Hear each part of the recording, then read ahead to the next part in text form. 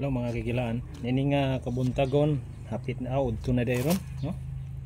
Ato rong hisgutan sa mubo lang kining mga butang nga naa sa dakong simbahan mga kagilaan aron makamata ang atong mga pinangga.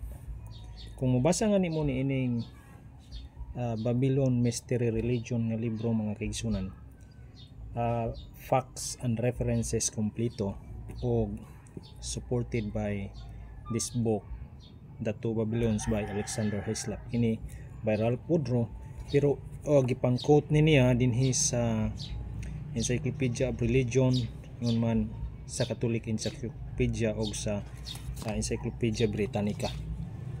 So karon tong basahon gining chapter 2, no?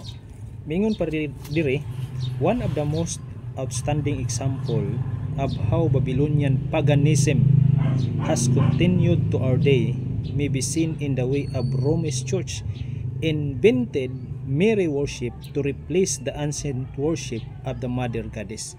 Unsa day ko, no, usa sa pinaka outstanding, no, pinaka ilado nga example sa Babylonian ingon nga paganismo nagapadayon kini sa atong kaadlawan og kini naa sa Roman Church, no, nga nag-imbento sila sa pagsimba kang Maria aron sa pag-ilis sa gitawag nga karaan nga pagsimba diha sa mga Diyos nga babay kining mother goddess, no. Unya miingon pa dinhi, the story of the mother and child was widely known in ancient Babylon and developed into an established worship.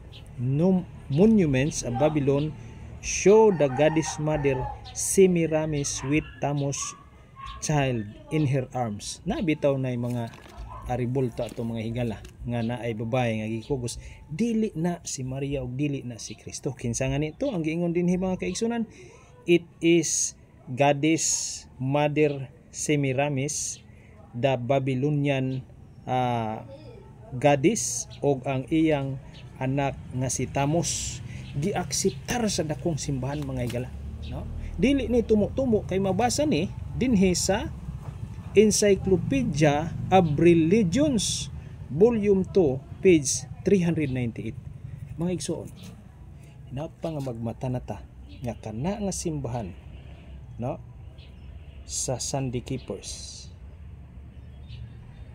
naga kupot og padayon sa pagano nga doktrina nga maoy mahimo unyang kalaglagan sa mga tao nga mopadayon sa pagsunod niini. Ang Dios na higugma kanimo higala, busa gusto niya nga mogawas kaniya ng iglesia. God bless.